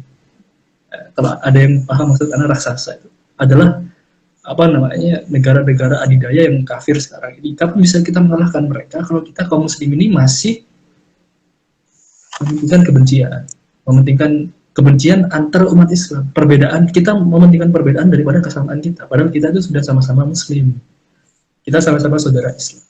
Harusnya kita bisa mengambil ibrah dari apa yang dilakukan oleh tim Levi dan tim Rainer itu. Mereka team up dan kemudian bisa mengalahkan raksasa yang notabene ini titan pendiri dengan kolosal titan yang sangat banyak, itu bisa dikalahkan dengan segelintir orang. Luar biasa itu. Nah, kita kaum muslimin juga bisa itu. Jika pasti bisa, kalau kita bersatu, kita pasti bisa mengalahkan seluruh negara adidaya itu, raksasa-raksasa itu. Dan kita menjadi justru menaungi dunia. Nah, seperti itu. Itu Mbak Priska. Ya, jazakallahu khairan katsiran pada Kak Hambun ya, terkait dengan perspektif ini sendiri ya, bagaimana memang ada ya seperti itu ya, memang ada hal-hal yang perlu kita tanamkan, standar-standar apa yang memang dipakai dalam sebuah anime kemudian diaplikasikan ke kita sendiri sebagai umat Islam. Ternyata memang umat Islam memiliki suatu standar yang sangat luar biasa gitu. Ada standar ukhuwah Islamiyah yang mengikat semuanya persaudaraan yang memang tidak bisa terhalang oleh waktu, karena disebutkan memang standarnya adalah akidah gitu ya, akidah Islami. Masya Allah. Oke, untuk selanjutnya kita tanya dulu dari Kak Megane Chan ya. Kak Megane Chan terkait dengan standar yang di AOT, kemudian refleksi terkait dengan musuh jadi kawan, kawan jadi musuh, mungkin ada pandangan tersendiri dari Kak Megane Chan? Kalau aku izin mau ngejelasin tentang hubungannya si Rainer sama Berthold. Jadi mereka itu kan temenan dan mereka tuh dari benua yang sama. Maksudnya mereka satu bangsa. Siapa namanya? Bangsa apa sih namanya? Aku lupa. Eldia. Nah, sebangsa satu Eldia di benua Marley. Nah, mereka ini menjadi penyelidik yang turun langsung bareng sama teman-teman yang memerangi Titan. Nah, ternyata dua orang ini tuh juga memiliki, meskipun mereka tahu ya, seperti yang kita tahu kan kebenciannya masyarakat bangsa Eldia di benua Marley ke Paradis itu sungguh sampai udah mendarah daging gitu kan. Nah, di sini mereka menganggap bahwasanya si Berthold dan Rainer ini tuh salah satunya tuh si Rainer ini tuh udah apa ya? Udah tahu bahwasanya Paradis itu bukanlah iblis. Dia mulai apa ya, menerima kebenaran bahwasanya Eldia di Paradis itu bukanlah iblis atau orang yang harus dimusnahkan. Tapi emang faktanya tuh seperti ini. Jadi kita tuh harus berusaha untuk menerima si Eldia di Paradis, di Pulau Paradis gitu. Tapi si Berthold ini tuh masih kekeh. Dia nggak mau menerima bahwasanya mereka itu masih sebangsa sama kita. Karena bagaimanapun, teman itu nggak penting. Aku mau ambil si insight-nya itu ya, Kak. Jadi, teman itu nggak penting. Yang penting itu adalah keluarga. Jadi, apapun itu, aku bakal tetap ingin mendapatkan founding Titan dari si Eren itu. Dan tetap memburu Titan tersebut untuk kemenangan dari Marley gitu. Dalam misinya si Marley ini. Karena mereka punya standar bahwasanya kalau misalnya nanti mereka tidak mendapatkan misi itu dan tidak menyelesaikan misi yang udah dibuat sebelum mereka datang ke Paradis, otomatis apa yang akan terjadi sama keluarga mereka? Apa yang bakal terjadi ketika misi itu nggak tuntas? Jadi orang-orang, ada sebagian kelompok Eldia dari benua Marley ini tuh mereka nggak mau yang namanya menyatu dengan Eldia yang ada di Paradis. Mereka akan tetap mereka akan tetap membunuh orang-orang yang ada di Paradis itu karena mereka orang-orang yang sudah seperti yang tadi diceritakan, mereka sudah meninggalkan mereka dan mereka tetap mengikuti nenek moyang mereka gitu, untuk membenci mereka dan juga untuk membunuh mereka. Seperti itu, Kak. Jadi, pahlawan menurut mereka itu adalah orang-orang yang bisa melenyapkan orang-orang di Paradis. Karena orang-orang di Paradis itu tuh tidak mau mengikuti kekuasaan si Marley. Karena pada masa itu, si Marley ini tuh sudah berkuasa. Setelah, dendamnya itu terbalaskan gitu. Nah, jadi di sini aku mau ambil kesimpulan bahwasanya relate banget sama kehidupan di agama kita juga. Ketika kita sudah mengetahui sebuah kebenaran, kita tuh tetap kekeh sama apa yang menjadi pilihan dia dan tetap tidak mau menerima kebenaran itu. Seperti contohnya Abu Jahal.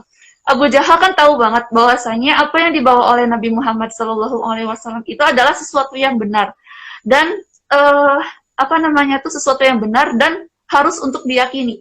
Tapi karena dia nggak mau mengikuti apa yang dibawa oleh Nabi gitu kan, jadi akhirnya dia punya standarnya sendiri gitu, bahwasanya agama akulah yang paling benar kayak gitu. Terus ketika seperti yang paling relate itu adalah Yahudi. Ketika orang-orang yang Yahudi itu sedih, dan mereka berkata bahwasanya suatu hari kelak akan ada turun Nabi terakhir, dan kami akan beriman kepada dia, gitu kan. Dan mereka akan dan Nabi kita itu akan intinya sih mau balas gitu, mau balas apa yang mereka lakukan. Ternyata Nabi terakhir itu bukanlah dari kalangan mereka, sehingga mereka tidak mau menerima Nabi Muhammad Shallallahu Alaihi Wasallam sebagai nabinya. Jadi mereka tuh tetap menolak kebenaran, padahal mereka tahu itu tuh benar. Tapi karena udah mendarah daging, terus ada beberapa hal yang mungkin nggak bisa mereka ambil resikonya ketika mengambil keputusan itu, entah itu kematian, entah itu keluarganya dia, entah itu apapun. Jadi mereka tetap dengan prinsip yang mereka punya. Jadi tetap pahlawan di situ adalah sesuai dengan misinya dia, secara subjektif. Dia ada di pihak mana? Ketika dia ada di pihak yang benar, berarti dia pahlawan untuk yang benar. Tapi sebenarnya dua-duanya juga sama-sama benarnya. Contohnya kayak kalau yang paling gampang banget, yang paling relate itu adalah ketika Belanda itu menjajah Indonesia. Orang-orang Belanda merasa bahwasannya orang-orang Belanda yang menjajah Indonesia itu adalah seseorang yang baik, seseorang yang pahlawan bagi mereka, karena mereka tidak jatuh miskin, mereka mendapatkan kekayaan yang berlimpah, agama mereka juga sampai ke sana, sampai ke Indonesia kayak gitu kan. Nah, tapi beda halnya bagi orang-orang Indonesia sendiri, orang-orang Belanda itu adalah orang yang jahat pada saat itu karena menjajah Indonesia dan mengambil harta mereka, sehingga siapapun yang mengusir Belanda pada saat itu otomatis mereka adalah pahlawan. Jadi tetap subjektif gitu yang namanya pahlawan itu. Tapi karena kita muslim, seperti yang dibilang sama Habun gitu kan, bahwasanya kita itu harus punya standar kita karena kita muslim, karena kita agamanya Islam, dan kita meyakini bahwasanya agama Islam itu agama yang benar, bukan yang paling baik atau apa gitu, paling benar karena keyakinan kita. Nah, otomatis standar kita itu adalah Islam. Standar kita adalah aturan yang Allah ciptakan. Jadi, pahlawan menurut kita adalah siapapun yang membela Islam, siapapun yang mempertahankan Islam untuk tetap diterapkan dalam kehidupan sehari-hari, itulah pahlawan. Gitu, Kak. Jazakillah khairan kasiran ya kepada Megane Chan nih bahasannya. Melanjutkan terkait dengan apa yang ada di perspektif Attack on Titan sendiri, kemudian standar yang dipakai memang ya Islam gitu ya, jadi tidak ada yang lain dan memang itu adalah sebuah syariat yang memang harus ditegakkan ya, insya Allah mudah-mudahan kita doakan bersama. Oke, untuk selanjutnya kita tanya pada Kang Zulfikar.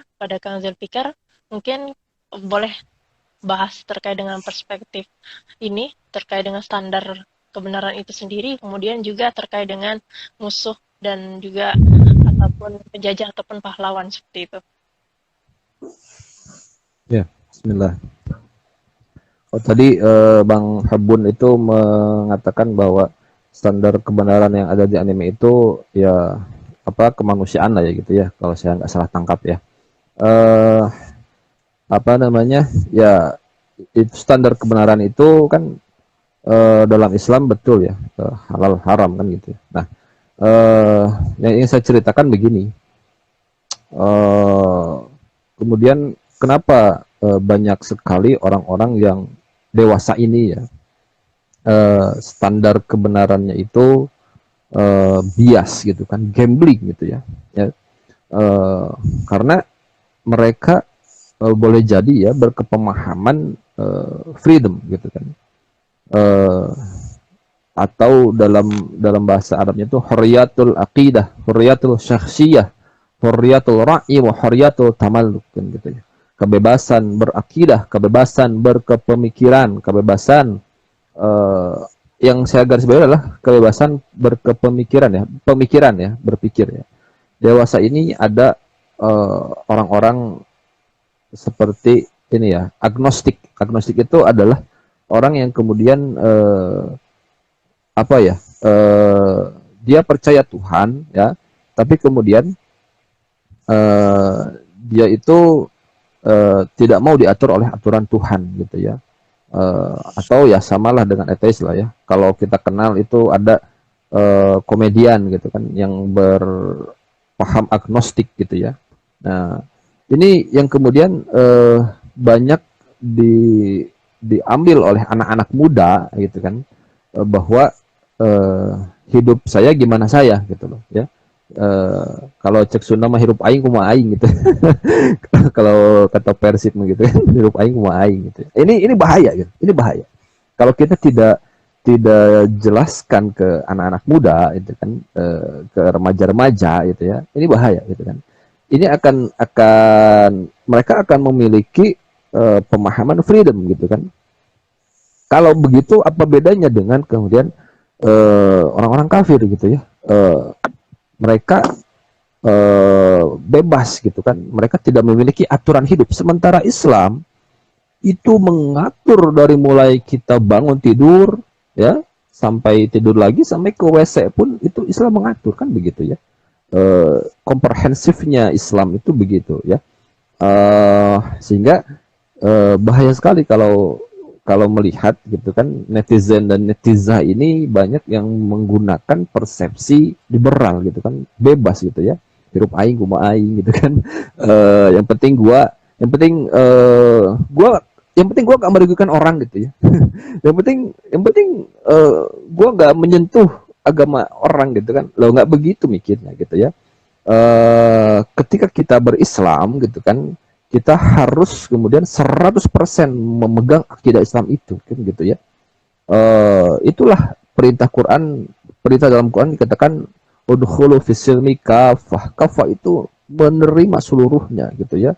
Jangan kemudian afatu'minuna bi ba'dil kitab wa takfuruna bi ba'di. Apakah engkau hendak mengimani sebagian isi kitab dan mengkufuri sebagian yang lain? Nah ya, di situ kalimatnya jelas ya, lawan dari kata iman adalah kufur kan gitu ya. Sehingga kalau kita berkepemahaman gitu kan, tidak mengambil sebagian isi Al-Quran ya, ya disebut kufur kan begitu ya. Nah tapi nanti para ulama menjabarkan lah gitu ya, bagaimana tingkatan-tingkatan itu sampai disebut kafir gitu kan.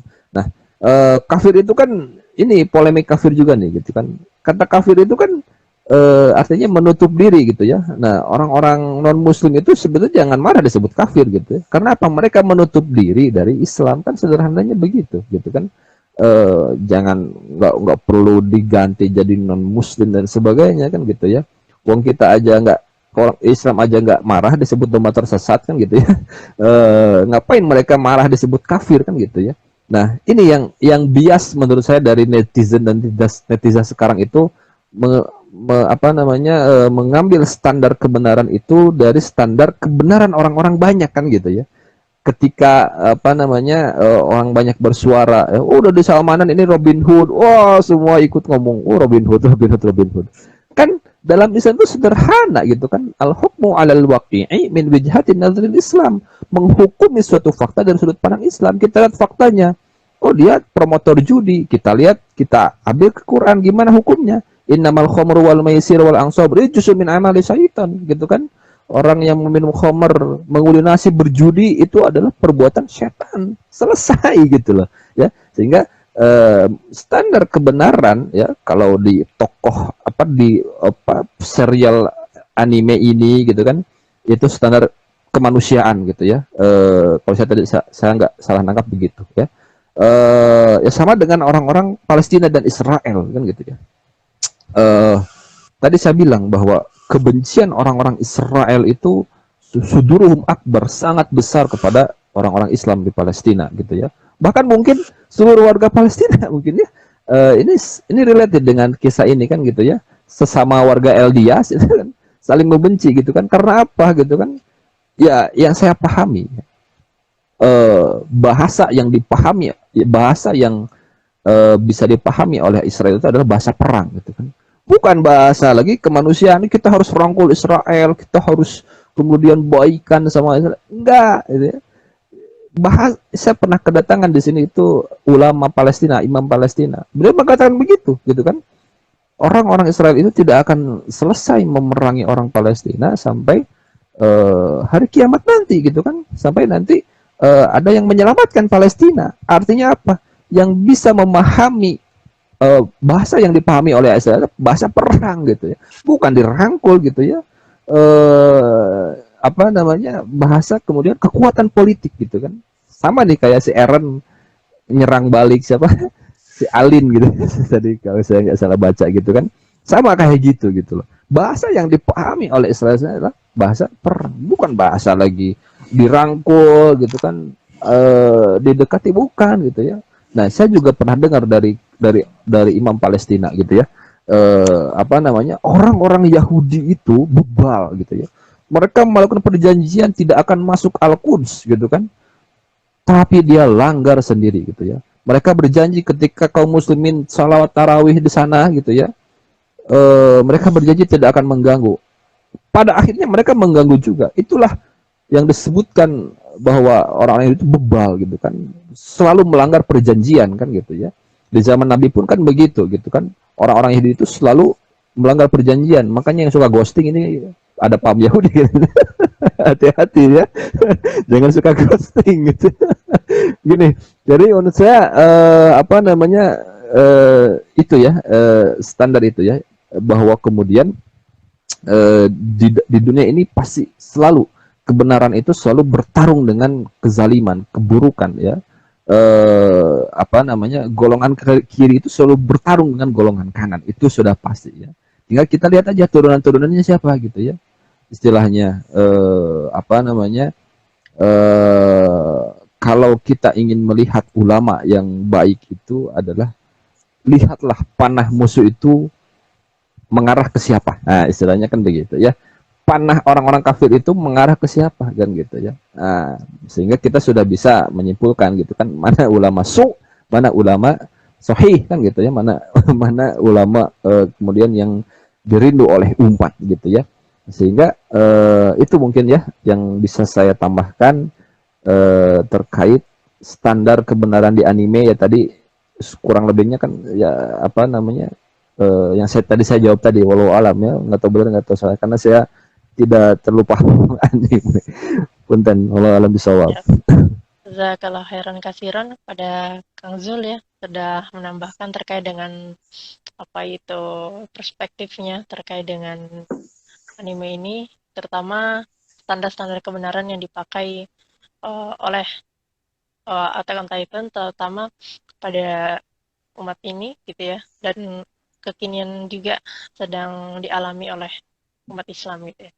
Insyaallah tabarakallah. Ini tidak terasa teman-teman sekalian, apa nih, sudah mepet ya waktunya ya. Tapi ya kita masih cukup banyak untuk membahas terkait dengan pandangan ataupun perspektif dari masing-masing narasumber kita pada malam hari ini terkait dengan sosok pahlawan, kemudian juga terkait dengan apa yang disebut dengan penjajah. Mungkin terlebih dahulu kita tanyakan kepada Kak Megane. Pada Kak Megane, dipersilahkan sekaligus closing ya Kak. Closing statement. Ya, intinya sih dari pembahasan tadi itu kita belajar bahwasanya anime itu nggak hanya sebuah kartun yang apa ya, yang tidak bermakna. Jadi orang-orang itu bisa membuat sebuah karya yang selain bisa dinikmati, tapi juga bisa kita ulik apa inti dari apa namanya tuh tayangan yang mereka ingin sampaikan, seperti itu. Dan insight-nya seperti yang tadi kita udah bahas. Nah, di situ kita mengerti bahwasanya bangsa Eldias yang ada di Marley dan juga bangsa Eldial yang ada di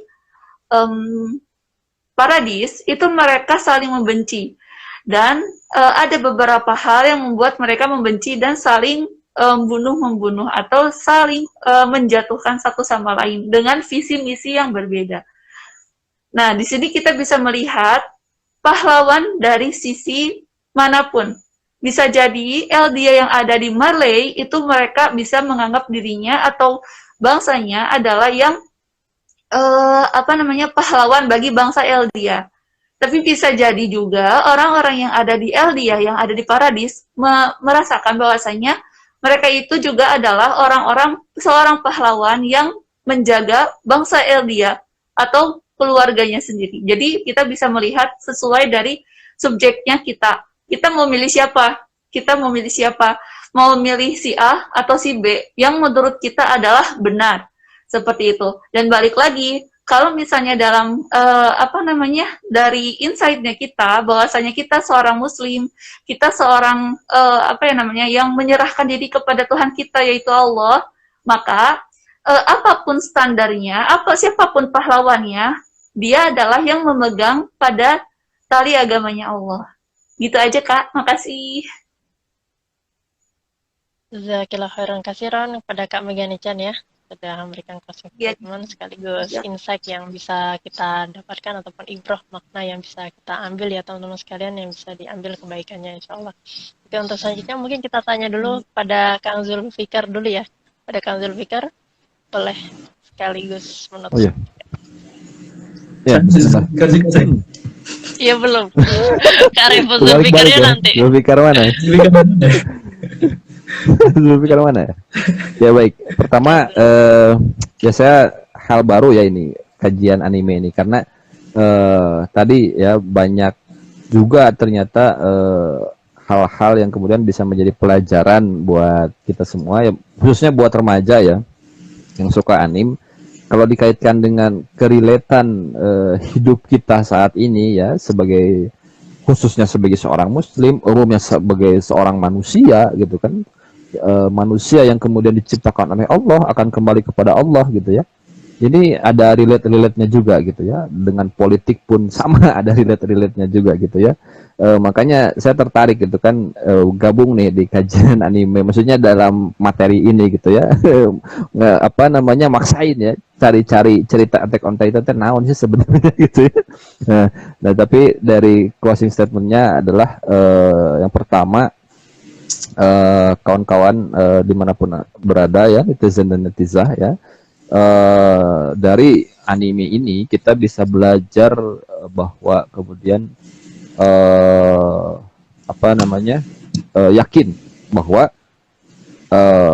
akan ada selalu sampai hari kiamat ini akan ada selalu orang jahat dan orang baik gitu. Akan ada selalu orang jahat dan orang baik, istilahnya begitu. Akan ada orang yang rakus dan orang yang adil gitu ya. Sehingga dalam hadis dikatakan sab'atun yudhilluhullahu fi dhilli yawma ila dhillu. Yang pertama disebutkan adalah al-imamun adilun gitu ya. Adil itu apa? Adil itu apa ya? Ya proporsional gitu ya. Tidak condong ke sana, tidak condong ke sini gitu kan. Nah, sehingga perlu kita pahami bahwa keadilan itu akan terus bertarung dengan kezaliman kan gitu ya, sampai nanti hari kiamat kan begitu. Ya, sehingga kita sebagai remaja, sebagai generasi muda harus aware dengan hal ini gitu ya. Harus aware dengan hal ini bahwa kemudian kita sebagai seorang muslim yang cinta dengan keadilan gitu kan, yang kemudian diperintahkan oleh Allah untuk bersikap adil gitu kan, kita harus bisa ya untuk melawan kezaliman, entah itu dengan tulisan, entah itu dengan konten gitu kan, entah itu dengan berbagai macam gitu ya. Saya selalu bilang begini ke remaja-remaja itu ya, Anda ini hidup ini jangan hanya meninggalkan bangke gitu ya. Nanti Anda itu mati menghilangkan foto di Yasin udah aja gitu, tapi Anda harus punya karya kan gitu ya. Karya ya minimal konten dakwah ya, minimal sekarang bikin konten di TikTok gampang gitu ya, kita tinggal stitch, tinggal apa gitu kan. Nah sehingga apa, nanti kita ini memiliki hujah di hadapan Allah Subhanahu wa Ta'ala. Imam Syafi'i walaupun masih muda, beliau selalu membawa tongkat kecil ya kemana-mana. Ketika muridnya bertanya, wah Imam, kenapa Anda selalu membawa tongkat kecil kemana-mana? Karena aku ingin meninggalkan asar, jejak ya. Dalam Quran surah ini katakan, inna nahnu nuhyil mauta wa naktubu ma qaddamu wa asarahum. Allah akan mencatat amal-amalnya dan bekas-bekasnya kan gitu ya. Nah, sehingga kita mau meninggalkan bekas baik atau bekas buruk kan gitu. Bayangkan orang-orang yang korupsi di DPR ya. Nanti kursi-kursi DPR itu akan menjadi saksi, ya Allah, bahwa si orang ini korupsi memakan uang rakyat gitu. Dibanding dengan nanti yang bersaksi karpet masjid misalkan gitu, ya Allah, orang ini ibadah terus gitu, dakwah dan sebagainya. Nah, itulah yang saya selalu kasih tahu sama remaja-remaja gitu ya, bahwa kemudian hidup ini singkat ya, buatlah karya gitu kan. Buatlah karya, untuk apa? Menjadi penolong agama Allah. Nah, begitu. Karena nanti kita pulang nanti, meninggal nanti akan dihisab oleh Allah Subhanahu wa taala ya. Jadi jangan sampai sia-siakan hidup ini gitu kan. Watazawadu fa inna khairu dzadi taqwa. Bekal yang baik adalah bekal takwa. Persiapkan bekal menuju kematian ya. Wallahu a'lam bishawab. Itu aja mungkin ya. Kurang lebihnya mohon maaf ya. Jazakallahu khair. Assalamualaikum warahmatullahi wabarakatuh. Waalaikumsalam warahmatullahi wabarakatuh. Jazakallah khairan katsiran kepada Kang Zulfikar ya, sudah menutup juga closing statement dan perspektif terkait dengan apa-apa insight yang bisa kita ambil, makna ibrah yang bisa kita ambil kebaikannya teman-teman sekalian. Oke, untuk selanjutnya sekaligus menutup agenda kita tanya terkait dengan insight-nya terkait ini, kita tanya Kak Zulfikar juga ya, Kak Revo Zulfikar. Iya. Ini teman-teman di sini nih, Kang Zulfikar itu sesuai nama IG-nya, Mbak Megani Chan. Ya. Saya nih IG-nya Habun dipanggil Revo. Teman-teman buka kedok ini. Baik, yang ingin saya sampaikan sebenarnya fokus terhadap ini.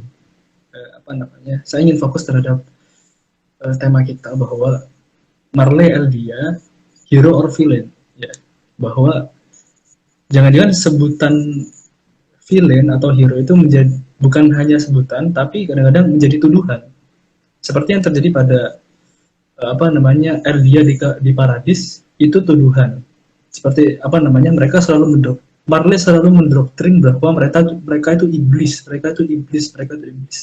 sehingga orang-orang di Marleyan di semuanya itu mereka menganggap bahwa orang-orang Paradis itu iblis. Namun ternyata yang terjadi ketika Rainer ke sana, apa yang disampaikan, doktrin-doktrin yang dia dapatkan itu tidak benar. Ternyata mereka yang ada di Pulau Paradis itu hanyalah orang biasa. Nah, ini terjadi pada kaum muslimin pada saat ini bahwa banyak sekali tuduhan-tuduhan yang menyerang kita dan menyerang banyak kaum muslimin gitu. Dan juga menyerang ulama gitu. Banyak kemudian kemarin itu daftar ulama radikal ya, 100 berapa itu ulama radikal, ada Ustaz Abdul Somad, ada apa, mereka menuduh kemudian ulama-ulama menjadi radikal. Dan jangan itu hanya tuduhan, dan tuduhan itu seperti yang kita lihat bahwa tuduhan yang dilakukan Marleyan itu adalah tuduhan-tuduhan politik gitu. Jangan sampai tuduhan-tuduhan ini ternyata tuduhan-tuduhan politik juga. Tuduhan-tuduhan bagi mereka yang kemudian senantiasa berpegang teguh pada Islam, senantiasa kemudian mengkritisi kezaliman, senantiasa kemudian yang berpegang teguh pada kebenaran. Maka diberikanlah tuduhan-tuduhan sehingga orang-orang tidak berpihak pada kebenaran itu, justru berpihak pada kezaliman seperti itu. Maka seperti itu kita lihat bahwa jangan sampai kita menjadi orang-orang yang kemudian terhasut hatinya kemudian membenci para ulama sehingga menganggap mereka adalah ekstremis, radikal dan sebagainya. Jangan-jangan orang-orang radikal inilah ya, orang-orang yang dituduh radikal ini adalah orang-orang yang kemudian gencar untuk membela kebenaran, orang-orang yang gencar untuk memperjuangkan Islam, orang-orang yang gencar untuk kemudian sangat memperhatikan umat gitu. Sehingga mereka senantiasa ingin umat ini hidup dengan dengan kehidupan yang baik dalam kemudian keridhaan Allah Subhanahu wa taala. Jangan-jangan mereka seperti itu adalah mereka yang dituduh radikal. Nah, jangan sampai kita terhasut seperti itu, jangan sampai kita menjadi orang-orang seperti Rainer ya. Jangan sampai seperti ini yang terhasut tuduhan bahwa Paradis itu iblis sehingga kemudian ternyata tidak seperti itu. Nah, yang disampaikan itu bahwa tuduhan-tuduhan seperti inilah jangan-jangan kemudian yang terjadi pada saat ini, jangan sampai kita menjadi seperti itu. Itu Mbak Priska. Saya kembalikan ke Mbak. Kalau heran kasiran ya pada Kak Habun ya, Kak Revo.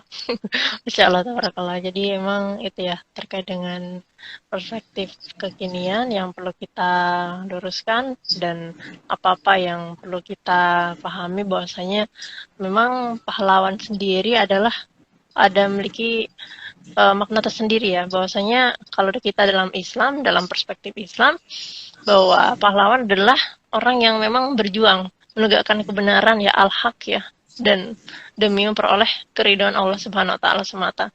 Dan kemudian juga teman-teman sekalian, yang bisa kita ambil pelajaran pada kesempatan malam hari ini. Kita memiliki ulama kita, asatid kita ya. Mudah-mudahan kita senantiasa mendoakan juga ya kepada semuanya, kepada kita semua juga, kepada teman-teman kita, saudara-saudari kita, terutama yang ada di Palestina, Suriah, dan lain sebagainya yang saat ini sedang dilanda peperangan ya, yang dilanda memang asutan kebencian juga banyak sekali yang bisa kita doakan ya teman-teman sekalian. Jadi jangan bingung mendoakan siapa, tapi banyak sekali yang bisa kita doakan itu ya. Teman-teman sekalian, jadi kebenaran sendiri adalah sesuatu yang sangat sulit sekali di saat ini gitu ya. Kebenaran itu seperti menggambar api untuk saat ini, terutama menegakkan kebenaran al-haq ya. Jadi melalui Islam yang dibawa oleh Rasulullah SAW memang adalah merupakan segala sesuatu yang disebut dengan perintah gitu ya, perintah Allah Subhanahu Wa Taala, Rasulullah SAW. Jadi bisa dikatakan bahwa memang pahlawan sendiri konteksnya adalah pejuang kebenaran. Apa yang kita lakukan saat ini juga salah satunya adalah memperjuangkan kebenaran, gitu ya, salah satunya meluruskan hal-hal yang mungkin bisa dikatakan ada kebatilan, yang mungkin ada hal-hal yang tidak sesuai dengan pemikiran. Jadi saat ini memang perang pemikiran juga sangat banyak ya teman-teman sekalian. Jadi perlu hati-hati dan perlu banyak mengkaji kembali, terutama kepada asatid kita, kepada asatizah kita, kepada guru-guru kita, kepada ulama-ulama kita, teman-teman sekalian. Jadi pahlawan Islam bisa dikatakan selain bisa membela tanah air, juga mempertahankan kemerdekaan bangsa dan negara ya, menghilangkan penindasan, ya juga kita perlu mendukung yaitu siapa pahlawan kita saat ini, yaitu para guru-guru kita, asatid kita, asatizah kita, ulama-ulama kita, terutama yang memang saat ini sedang mencerdaskan umat, yang sedang dilanda juga terkait dengan isu-isu yang kita tadi sudah bahas ya, tentang radikalisme, ekstremisme, kemudian isu-isu yang seperti itu yang memang perlu kita luruskan teman-teman sekalian. Jadi terutama untuk pejuang kebenaran ya, kepada para pendakwah, para teman-teman sekalian yang menebarkan kebaikan,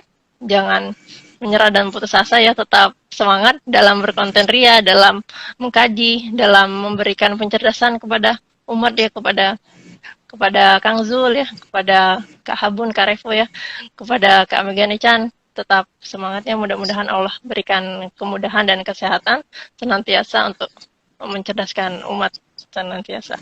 Amin rabbal alamin. Oke teman-teman sekalian, jadi makna pahlawan ataupun villain sendiri sudah kita bahas pada malam hari ini. Mudah-mudahan bisa kita ambil ibroh dan manfaatnya. Terutama ada makna-makna kebaikan di dalamnya ya teman-teman sekalian. Jadi bahas anime sekarang sudah nggak ini lagi ya, sudah nggak ngebosenin lagi karena kita bahasnya terkait dengan perspektif dari anime juga, scannya, dan juga terkait dengan Islamnya juga ya. Jadi ada makna-makna di balik anime. Jadi anime juga memiliki makna ya teman-teman sekalian. Jadi nggak masalah teman-teman yang masih wibu, yang otaku-otaku nih. Tadi ada yang nanya apa beda otaku dan wibu ya. Masya Allah. Silakan di ini sendiri ya. Karena ya sama-sama berhijrah ya insya Allah. Mudah-mudahan sama-sama meniti jalan kebaikan ya insya Allah. Ya barakallahu fiik kepada teman-teman sekalian, kepada Kang Zul, kepada Kak Revo, kepada Kak Megani Chan ya. Mudah-mudahan senantiasa sehat dan dalam kondisi yang terbaik selalu, dan senantiasa semangat dalam menebarkan kebaikan. Baiklah, mungkin kita akan tutup lebih awal ya, belum sampai jam 10 ya, sudah Masya Allah sudah banyak sekali yang bisa kita tangkap dan insight-insight yang menarik yang bisa kita ambil. Oke, baiklah kita tutup bersama-sama dengan melafazkan bahas apa? Hamdalah. Alhamdulillahirabbil alamin. Kemudian istighfar 3 kali. Astagfirullah. Kemudian doa kafaratul majlis. Subhanallah.